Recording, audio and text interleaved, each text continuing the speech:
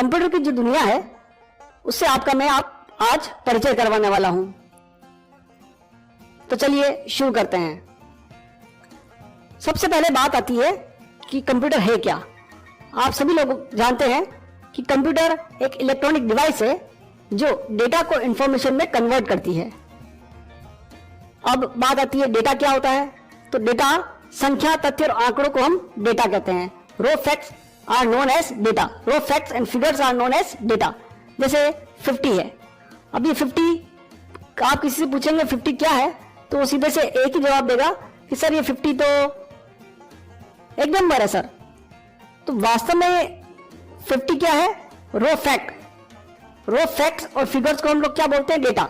लेकिन अगर इसी 50 के आगे आपने रुपीज लिख दिया तो that is called information. 50 rupees, 50 के बारे में आपको इंफॉर्मेशन मिल रही है। Data which convey the meaning is known as information. अर्थपूर्ण डेटा को, ऐसा डेटा जो मीनिंग को कन्वे करता हो, आपको कोई इंफॉर्मेशन देता हो, उन संख्याओं, उन तथ्यों, उन आंकड़ों को हम इंफॉर्मेशन कहते हैं। और कंप्यूटर हमारे लिए यही काम करता है। कंप्यूटर एक इलेक्ट्रॉनिक डिवाइस है जो डेटा को इंफॉर्मेशन में परिवर्तित करता है। अब बात आती है कि व्हाट इज कंप्यूटर। कंप्यूटर है क्या? तो अभी हमने सीखा कि कंप्यूटर इलेक्ट्रॉनिक डिवाइस है, लेकिन इसकी जो स्पेलिंग है COMPUTER, इसका अपना एक मीनिंग होता है दोस्तों। C stand for commonly, O for operated, M for machine, P for particularly, U for used for, T for trade, E for education, R for research. अब इसी चीज को हम हिंदी में भी सीख सकते हैं। C कॉमनली यानी सामान्य रूप से काम में आने वाली मशीन, जो विशेष रूप से काम में आती है व्यापार में, शिक्षा में और अनुसंधान संबंधी कार्यों में। और इंग्लिश में जब हमको बोले तो commonly operated machine, particularly used for trade, education, research. अब बात करते हैं जनरेशन ऑफ कंप्यूटर्स की। फर्स्ट जनरेशन में जो कंप्यूटर्स थे उनमें दोस्तों वैक्यूम ट्यूब का यूज होता था। सेकंड जनरेशन के जो कंप्यूटर्स थे उनमें ट्रांजिस्टर्स का यूज होने लगा। थर्ड जनरेशन के कंप्यूटर्स में आईसीस, इंटीग्रेटेड सर्किट्स का यूज होने लगा। इस तरह से फोर्थ जनरेशन के कंप्यूटर्स के अंदर माइक्रो प्रोसेसर का यूज हुआ। और अभी जो फिफ्थ जनरेशन चल रही है उसमें एडवांस माइक्रो प्रोसेसर का यूज होने लगा है। अब बात आती है what is principle of computer, यानी कंप्यूटर का सिद्धांत क्या है। हम सभी का कोई ना कोई सिद्धांत होता है। जिस तरह से हमारा सिद्धांत होता है वैसे ही कंप्यूटर का भी सिद्धांत है। ये भी ठीक उसी तरह से काम करता है जिस तरह से हम और आप काम करते हैं।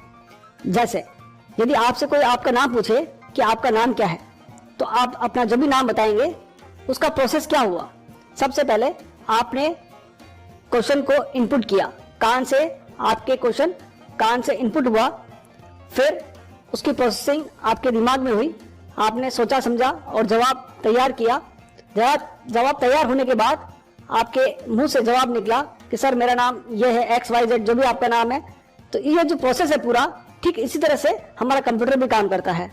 इसमें भी इनपुट होता है। अब इनपुट के लिए इसके अलग अलग डिवाइसेस हैं, प्रोसेसिंग होती है, जैसे सोचना समझना वाली जो बात होती है वो प्रोसेसिंग वाला फैक्टर, वो भी इसमें होता है। फिर आउटपुट मिलता है, रिजल्ट मिलता है। और अगर आप भविष्य के लिए उसे स्टोर करना चाहते हैं तो इसमें स्टोरेज यूनिट भी होती हैं। तो ठीक ये कंप्यूटर ठीक वैसे ही काम करता है जैसे हम और आप काम करते हैं। अब बात आती है पार्ट्स ऑफ कंप्यूटर की। इसमें अलग अलग काम के लिए अलग अलग पार्ट होते हैं।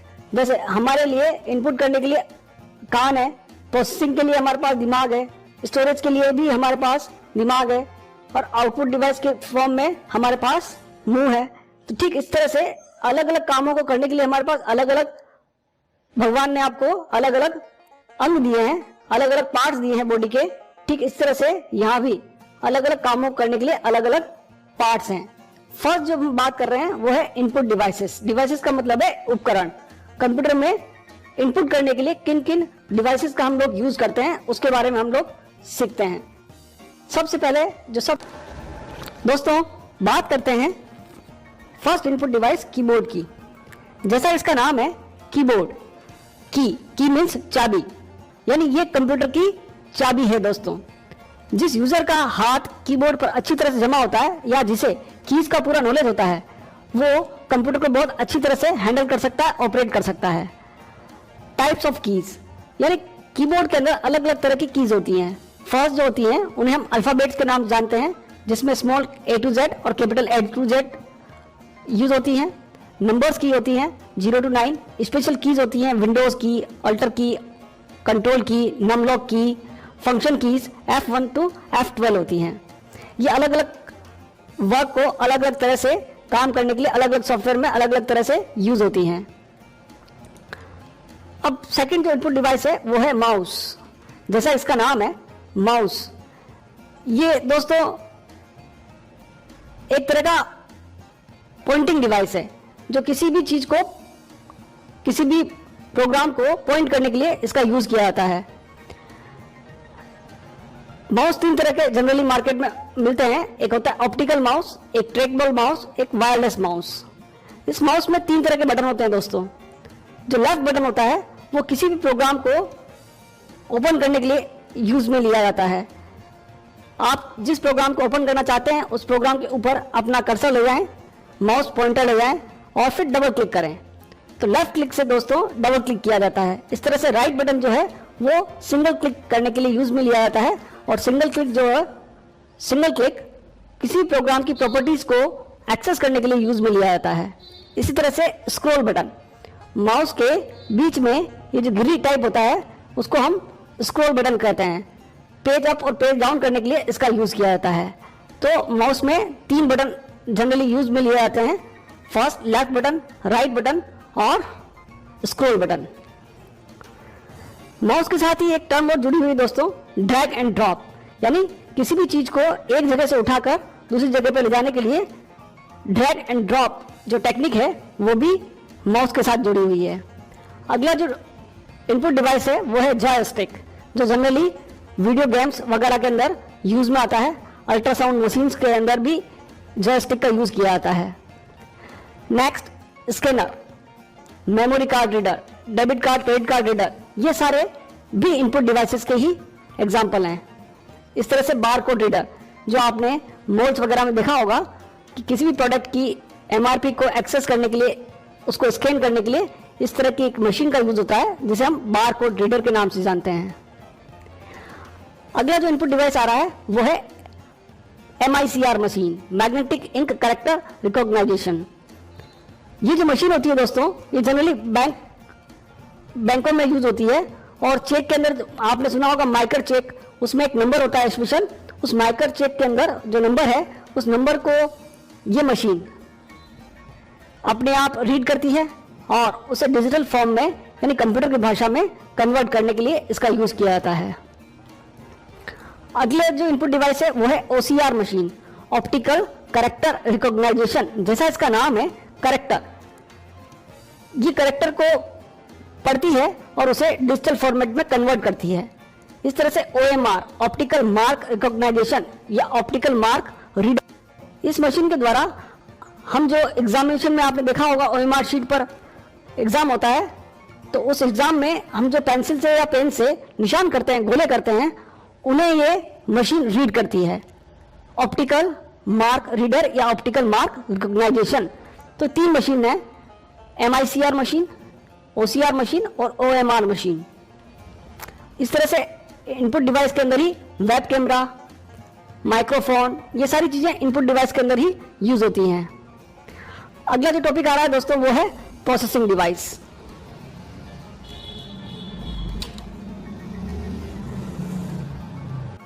चलिए अब बात करते हैं प्रोसेसिंग डिवाइस की।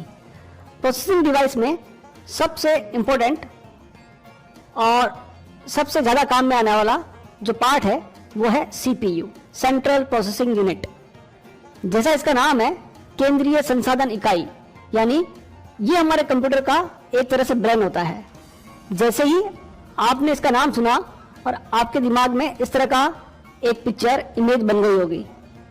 तो CPU, जिसे हम प्रोसेसर, माइक्रो प्रोसेसर के नाम से भी जानते हैं, वास्तव में इस यूनिट के अंदर लगा होता है। इस यूनिट को सिस्टम यूनिट या कैबिनेट कहा जाता है। तो फिर CPU किसे कहते हैं? CPU कहाँ होता है? CPU इस डब्बे के अंदर लगा होता है। अगर आप देखें सीपीयू इस तरह का होता है और वो मदरबोर्ड पर, अभी मैं बताऊंगा आपको, मदरबोर्ड पर लगा होता है। तो इस डब्बे के अंदर क्या होता है, यदि आप इस डब्बे के अंदर देखेंगे जिसे हम कैबिनेट या सिस्टम यूनिट बोल रहे हैं, तो उसमें कई चीजें लगी होती हैं। एक पावर सप्लाई होती है जिसे हम SMPS switch mode power supply कहते हैं, जो कंप्यूटर को पावर देने के लिए यूज में ली जाती है। इस तरह से ये जो आप देख रहे हैं बहुत सारी चीजें, उनमें जो आप ये इधर से देख रहे हैं ये वाला पार्ट, उसको हम बोलते हैं मदरबोर्ड। इस तरह से इसमें हार्ड डिस्क लगी होती है, फ्लॉपी ड्राइव, आजकल तो बंद हो गई, पहले फ्लॉपी ड्राइव भी यूज होती थी, सीडी रोम या डीवीडी रोम लगी होती है, कार्ड्स होते हैं अलग अलग तरह के, sound card, VGA card, game card, इस तरह के अलग अलग चीजें होती हैं। पावर सप्लाई के लिए केबल्स होती हैं, इस तरह से डाटा को कम्युनिकेट करने के लिए डेटा केबल्स होती हैं जिन्हें बसेस कहा जाता है, आजकल साटा केबल्स लगने लग गई हैं। तो इस तरह की बहुत सारी चीजें इस सिस्टम यूनिट के अंदर होती हैं। इसलिए इस पूरी सिस्टम यूनिट को हम लोग सीपीयू नहीं कह सकते। सीपीयू तो वास्तव में एक छोटा सा इस तरह से पार्ट होता है जो कंप्यूटर की ब्रेन की तरह बिहेव करता है, कंप्यूटर का ये दिमाग होता है। इस सीपीयू के अंदर ये सीपीयू जो होता है ये मदरबोर्ड पे लगा होता है, ये मदरबोर्ड है। मदरबोर्ड क्या है, तो मदरबोर्ड एक पीसीबी प्रिंटेड सर्किट बोर्ड है जिसके ऊपर सारे यहाँ पर आप देख रहे हैं अलग अलग चीजें लगी होती हैं। तो यहाँ पर इस जगह पर लगता है सीपीयू, ये उस सीपीयू लगाने की जगह है। अब ये जो केबल्स हैं वो अलग अलग तरह की केबल्स होती हैं जिन्हें मैंने बताया आपको कि आईडी केबल कहा जाता है। इस तरह से आजकल लेटेस्ट टेक्नोलॉजी में साटा केबल्स का यूज होने लगा है। सीपीयू के दो पार्ट होते हैं, एक कहलाता है एएलयू, दूसरा कहलाता है CU. ALU stand for arithmetic logical unit, CU stand for control unit. ALU जैसा इसका नाम है, अर्थमेटिक और लॉजिकल कैलकुलेशंस को परफॉर्म करने के लिए सीपीयू का एएलयू वाला जो डिपार्टमेंट है वो रेस्पॉन्सिबल होता है। Arithmetic means addition, subtraction, multiplication, division, और logical greater than, less than, greater than equal to, less than equal to, not equal to आदि जो ऑपरेशंस होते हैं वो सभी एएलयू के अंडर कंट्रोल में होते हैं। इस तरह से सीयू जो होता है वो कंट्रोल यूनिट की तरह बिहेव करता है और कंप्यूटर के जितने भी रिसोर्सेज है, जितने भी पार्ट्स लगे हैं, memory, hard disk, printer, scanner, जितना भी आप काम करते हैं, आप जो माउस से क्लिक करते हैं, वो सारा का सारा रिसोर्स मैनेजमेंट का काम इस सीयू के द्वारा किया जाता है, जिसे हम कंट्रोल यूनिट कहते हैं। यानी सीपीयू के दो पार्ट हैं, एएलयू और सीयू। आगे बढ़ते हैं, अब बात आती है मेमोरी की। तो दोस्तों मेमोरी कंप्यूटर के अंदर दो तरह की यूज होती हैं, एक होता है प्राइमरी मेमोरी, सेकंड होती है secondary memory. First primary memory जो होती है उसके भी दो पार्ट हैं, उसमें आता है रैम और रोम, जो आपने पहले भी सुन रखा होगा। इस तरह से सेकेंडरी मेमोरी जो होती है उसमें magnetic tape, optical disk, hard disk, floppy disk, बहुत सारी चीजें यूज होती हैं। मेमोरी का सीधा सा मीनिंग होता है ये आपके डाटा को स्टोर करने का काम करती हैं। फर्स्ट हम बात करते हैं रैम की। जैसा इसका नाम है रैम, राम नहीं बोलना है दोस्तों, रैम बोलना है। कंप्यूटर टर्मिनोलॉजी में इसे रैम कहा जाता है। रैम का फुल फॉर्म है रैंडम एक्सेस मेमोरी। रैंडम, जिसमें रैंडम वर्ड का मीनिंग होता है बिना क्रम के, बिना ऑर्डर के। आप किसी सीक्वेंस में डेटा को एक्सेस नहीं करते हैं तो उसे बोलते हैं रैंडमली एक्सेस करना, यानी रैंडम एक्सेस। एक्सेस का मतलब to get the information, computer memory के अंदर जो इंफॉर्मेशन आप स्टोर करते हैं उसे बिना क्रम के एक्सेस करना। रैम में स्टोर डाटा को आप रीड और राइट दोनों कर सकते हैं, ये इसकी एडवांटेज है कि आप रैम में जो भी डाटा स्टोर करेंगे उसे आप रीड भी कर सकते हैं और राइट भी कर सकते हैं। इस तरह से इसमें स्टोर डाटा पावर ऑफ होने पर, यानी लाइट चली जाए या पावर ऑफ हो जाए, तब जो रैम में आपने डाटा स्टोर किया है वो रिमूव हो जाता है। और सबसे मोस्ट इंपोर्टेंट जो इसकी विशेषता कह लीजिए वो है कि ये वर्सेटाइल मेमोरी है, यानी चेंजेबल है। आप बार बार इसमें जो कंटेंट होते हैं वो बार बार चेंज होते रहते हैं। जैसे हमारे दिमाग में हम बैठे कहीं होते हैं और दिमाग में कई चीजें चलती हैं, विचार आते रहते हैं, जाते रहते हैं। ठीक इस तरह से जिस तरह से आपके दिमाग के अंदर विचार बदलते रहते हैं, ठीक इस तरह से रैम के अंदर भी जो कंटेंट होते हैं वो बार बार चेंज होते रहते हैं। इसलिए इस तरह की मेमोरी को वर्सेटाइल मेमोरी, यानी रैम जो है वो वर्सेटाइल मेमोरी है, चेंजेबल मेमोरी है। दूसरा होता है रोम। रोम जैसा इसका नाम है रीड ओनली मेमोरी, जो इस मेमोरी में एक बार आपने डाल दिया वो फिक्स हो जाता है। इसमें स्टोर डाटा को केवल रीड कर सकते हैं, डू नॉट राइट। इसमें रीड और राइट दोनों चलता है रैम में, इसमें केवल रीड कर सकते हैं। रोम में स्टोर डाटा पावर ऑफ होने पर रिमूव नहीं होता। ये ठीक वैसे ही काम करता है जैसे हमारे साथ होता है। हमारा नाम हम कभी नहीं भूलते हैं, एक बार हमको बता दिया हमारा एड्रेस ये है, हमारा नाम ये, तो वो हमारे रोम में स्टोर हो जाता है, फिर वो कभी डिलीट नहीं होता। ठीक इस तरह से बहुत सारी चीजें होती हैं, जब हम सुबह से शाम तक बहुत सारी चीज देखते हैं, सुनते हैं, तो कुछ चीजें तो हमें याद रहती हैं और कुछ चीजें हम भूल जाते हैं। तो जो चीजें हम भूल जाते हैं वो हमारे रैम में रहती हैं, और जो हम परमानेंट हो जाती हैं वो हमारे रोम में आ जाती हैं।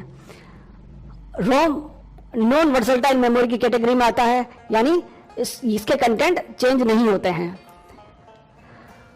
अब बात आती है टाइप्स ऑफ रैम, यानी रैम के भी अलग अलग प्रकार हैं। फर्स्ट जो है वो है एस रैम, स्टैटिक रैम। अब स्टैटिक रैम जो होती है ये रैम, चलिए बात करते हैं एस रैम, स्टैटिक रैम की। मैंने जैसा कि आपको बताया रैम के दो टाइप्स हैं, एक है एस रैम, दूसरा है D RAM. S RAM stand for static RAM. Static RAM में जो भी डेटा स्टोर होता है वो पावर ऑन होने तक, यानी कंप्यूटर में जब तक पावर रहेगा तब तक स्टैटिक रैम अपने कंटेंट को स्टोर करके रहती है।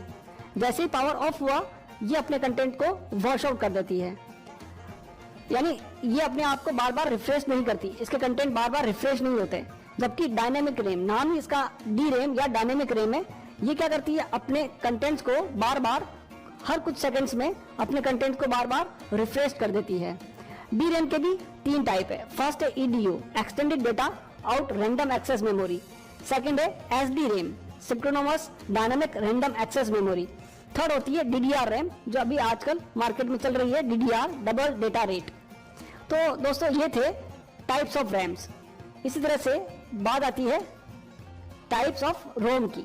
तो फर्स्ट जो टाइप है वो है P ROM, programmable read only memory, in which the user can load programs and data that are read only. इस तरह से सेकंड होती है EP ROM, erasable programmable read only memory. ये भी पी रोम की तरह होती है, लेकिन ये रीराइटेबल होती है, बट इसे रीराइट करने के लिए आपको इसकी चिप को अल्ट्रावायलेट लाइट के अंदर रखना होता है। थर्ड होती है फ्लैश मेमोरी। ये जो फ्लैश मेमोरी होती है वो आजकल डिजिटल कैमरास, MP3 प्लेयर्स आदि के अंदर यूज होती है। तो ये थी types of ROM, P ROM, EP ROM और फ्लैश मेमोरी। एक और मेमोरी होती है जिसे हम कैश मेमोरी या कैशे मेमोरी कहते हैं। ये मेमोरी मेन मेमोरी की सहायक मेमोरी होती है, मेन मेमोरी को हेल्प करती है।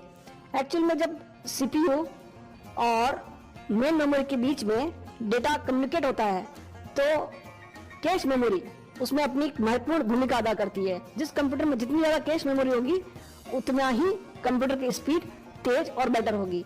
कैश मेमोरी अलग अलग तरह की होती हैं, L1 cash, L2 cash, L3 cash. तो मेमोरी के तीन टाइप्स हो गए हैं, फर्स्ट रैम, सेकंड रोम, थर्ड कैश मेमोरी।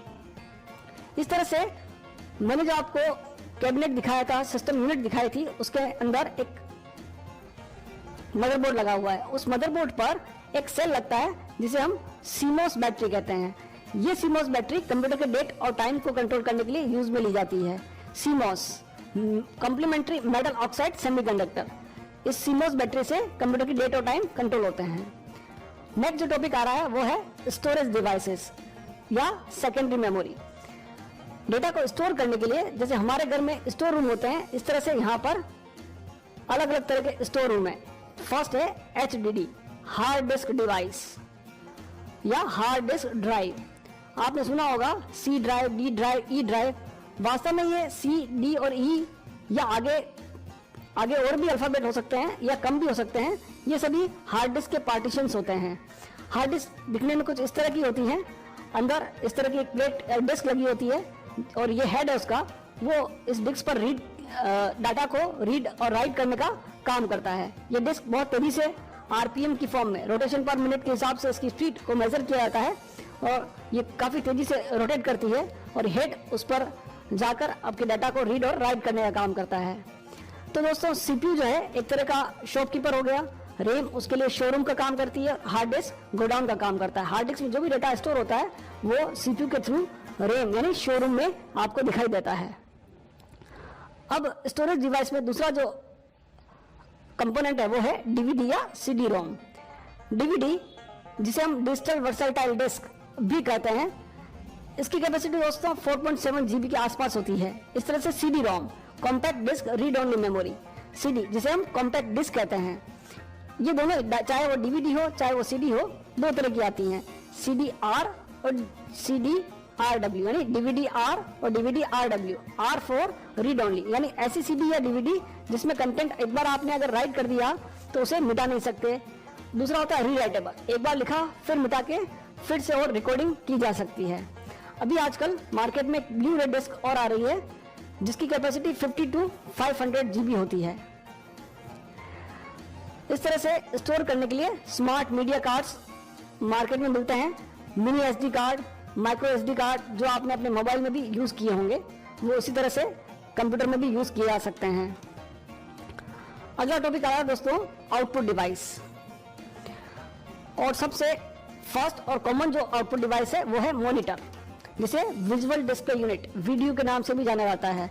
ये अलग अलग टाइप के होते हैं। फर्स्ट होता है CRT monitor, cathode ray tube. इस तरह का पहले इस तरह का जो मॉनिटर आता था उसे CRT मॉनिटर कहा जाता है। ऐसा ही एक TFT आता है, थिन फिल्म ट्रांजिस्टर। इस तरह का LCD, liquid crystal display, LED, light emitting diode और प्लाज्मा स्क्रीन। इस तरह के अलग अलग तरह के मॉनिटर मार्केट में मिलते हैं। और एक जो टेक्नोलॉजी यूज हो रही है आजकल, आपका जो केबल कनेक्शन है वो अब डिजिटल फॉर्मेट में हो गया है, उसको कहते हैं HDTV, high definition television. Next जो आउटपुट डिवाइस है वो है प्रिंटर। प्रिंटर दोस्तों वास्तव में दो प्रकार के होते हैं, एक कहलाता है इम्पैक्ट प्रिंटर, दूसरा कहलाता है नॉन इम्पैक्ट प्रिंटर। प्रिंटर से जो हमको आउटपुट मिलता है उसे हम हार्ड कॉपी के नाम से जानते हैं, और कंप्यूटर में जो टेक्स्ट आपको दिख रहा है उसे सॉफ्ट कॉपी के नाम से जानते हैं। प्रिंटर के रेजोल्यूशन को नापने के लिए एक इकाई का यूज होता है, एक यूनिट का यूज होता है, जिसे DPI, डॉट पर इंच के रूप में जाना जाता है। इम्पैक्ट प्रिंटर, इम्पैक्ट प्रिंटर की कैटेगरी के अंदर करेक्टर प्रिंटर और लाइन प्रिंटर आते हैं। करेक्टर प्रिंटर के अंदर आता है डॉट मैट्रिक्स, जो आपके घरों में नल के बिल, लाइट के बिल आते हैं, जो ऐसे प्रिंटर जो dot dot dot dot printing करते हैं, वो सारे प्रिंटर डॉट मैट्रिक्स प्रिंटर कहलाते हैं। ये काम करते वक्त काफी आवाज करते हैं। डेजी व्हील प्रिंटर भी इस तरह का होता है, इसमें व्हील लगा होता है और वो प्रिंट करता है। ये काम करते हुए काफी आवाज करते हैं।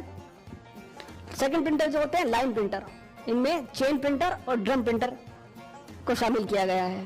प्रिंटर की जो स्पीड होती है दोस्तों, उसे मेजर करने के लिए एक यूनिट है जिसको PPM, पेज पर मिनट कहा जाता है। नॉन इम्पैक्ट प्रिंटर जो होते हैं उनके अंदर इंकजेट, लेजर और थर्मल प्रिंटर आता है।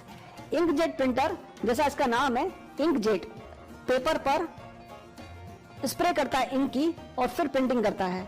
इस तरह से लेजर प्रिंटर सबसे बेस्ट प्रिंटर होता है और काफी पॉपुलर प्रिंटर है लेजर प्रिंटर।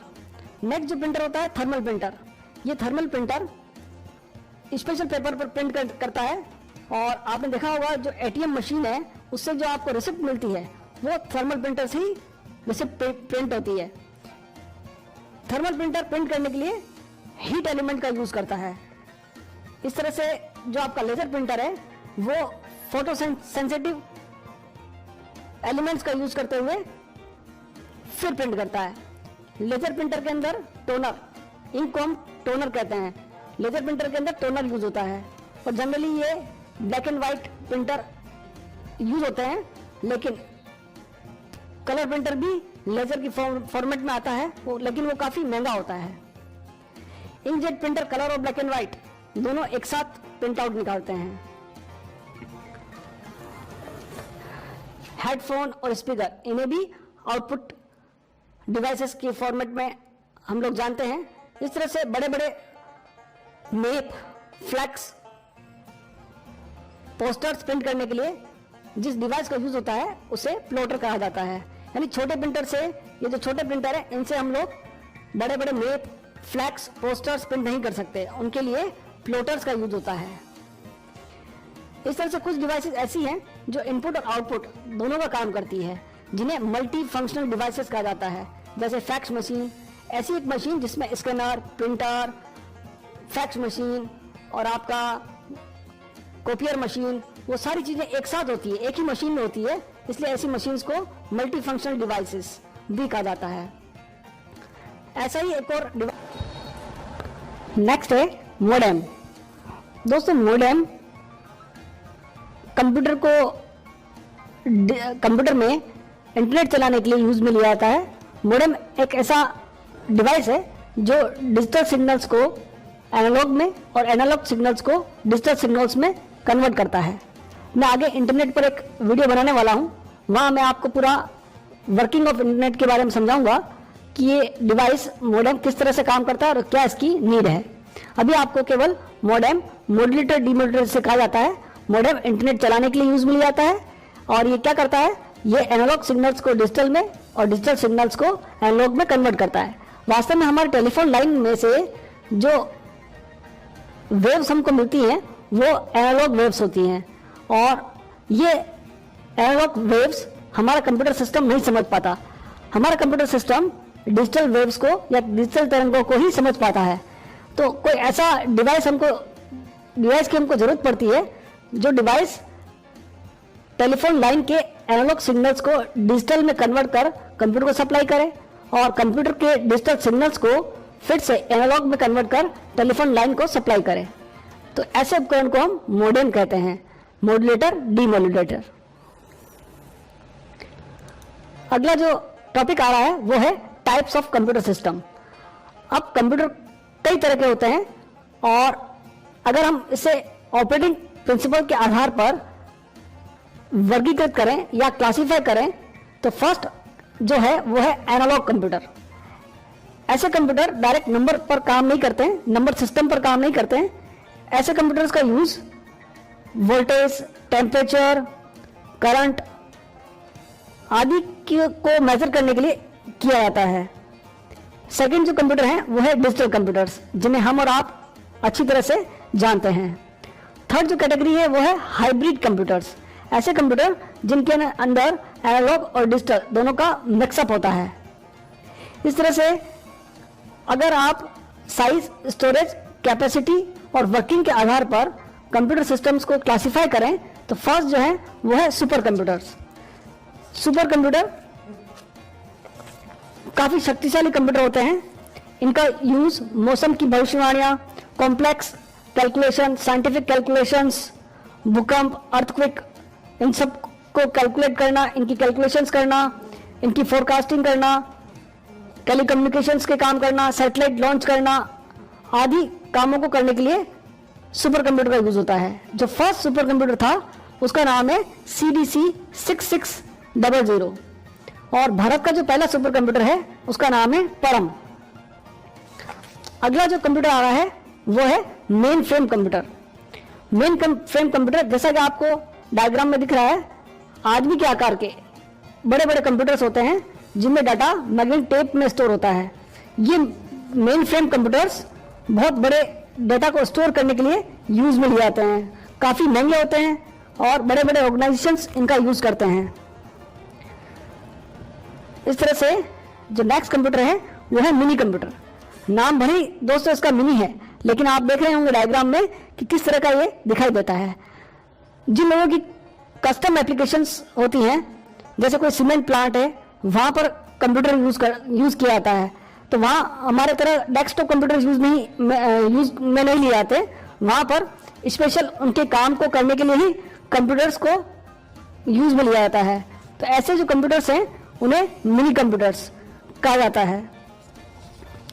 नेक्स्ट जो कंप्यूटर है उन्हें हम पर्सनल कंप्यूटर, PC या माइक्रो कंप्यूटर के नाम से जानते हैं।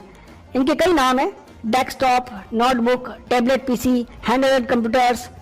इन्हें PDA, पर्सनल डिजिटल असिस्टेंट के नाम से भी जाना जाता है। इस तरह के नोटबुक जिसे आप लैपटॉप के नाम से भी जानते हैं, इस तरह से मोबाइल पे जब हम मोबाइल चलाते हैं उसे भी हैंडहेल्ड कंप्यूटर सिस्टम कहा जाता है। इस तरह से टैबलेट PC आता है जिसमें कॉम्पैक्ट या कस्टम एप्लीकेशंस रन की जाती हैं, उन्हें टैबलेट PC के नाम से जाना जाता है। कंप्यूटर की जो भाषा है दोस्तों, उस भाषा को हम बाइनरी कहते हैं, लैंग्वेज जैसे हमारी और आपकी एक भाषा है, उसी तरह से कंप्यूटर की भी एक भाषा है। टू कम्युनिकेट विद कंप्यूटर्स, अगर आपको कंप्यूटर से बातचीत करनी है तो कंप्यूटर की भाषा आनी चाहिए। तो कंप्यूटर की जो भाषा है वो है बाइनरी। बाइनरी भाषा में ही कंप्यूटर काम करता है। इस बाइनरी भाषा में दो ही अक्षर होते हैं, दो ही अल्फाबेट्स होते हैं। जैसे हमारी भाषा के अंदर OI है, ABCD है, उसमें 26 लेटर्स होते हैं। उस तरह से इस बाइनरी के अंदर केवल दो ही, 0 और 1 ही होता है। यूनिट्स इन कंप्यूटर में जो साइज है, जो कैपेसिटी है, उसको मेजर करने के लिए इकाई का यूज होता है, यूनिट का यूज होता है, जिसे हम बाइट के नाम से जानते हैं। 1 बाइट दोस्तों 8 बिट से मिलकर 1 बाइट बनती है। उस तरह से 1 बाइट के अंदर 1 कैरेक्टर जो होता है उसे हम 1 बाइट कहते हैं। 1024 बाइट्स मिलकर 1 किलोबाइट बनती है। जैसे 1 किलो में 1000 ग्राम होते हैं, उस तरह से 1024 बाइट्स मिलकर 1 किलोबाइट बनाती हैं। उस तरह से 1024 किलोबाइट मिलकर 1 मेगाबाइट बनाती हैं। 1024 मेगाबाइट मिलकर 1 जीबी गीगाबाइट बनाती हैं। 1024 गीगाबाइट मिलकर 1 टीबी टेराबाइट बनाती हैं। हार्डवेयर, यानी अगर आपसे कोई पूछे कि हार्डवेयर किसे कहते हैं, तो कंप्यूटर के अंदर जितने भी पार्ट्स जिन्हें हम टच कर सकते हैं, all visible and touchable parts of a computer system is known as hardware. जिन्हें आप टच कर सकते हैं वे सारे पार्ट्स कंप्यूटर सिस्टम के हार्डवेयर कहलाते हैं। जैसे आपका monitor, printer, scanner, keyboard, mouse, सारी चीजें हार्डवेयर की कैटेगरी में आती हैं। सॉफ्टवेयर, ऐसे सारे प्रोग्राम जो कंप्यूटर के अंदर चलते हैं उन्हें हम सॉफ्टवेयर कहते हैं। सॉफ्टवेयर जो होते हैं वो सेट ऑफ इंस्ट्रक्शंस, निर्देशों के समूह होता है। सेट ऑफ इंस्ट्रक्शंस या set of programs are known as software. दोस्तों, अगर आपको ये वीडियो अच्छा लगा हो, उपयोगी लगा हो, तो इसे जरूर लाइक करें, अपने दोस्तों को बताएं, शेयर करें और हमारे चैनल को सब्सक्राइब करना ना भूलें। Thank you so much. अगर दोस्तों आपको हमारा वीडियो अच्छा लगा हो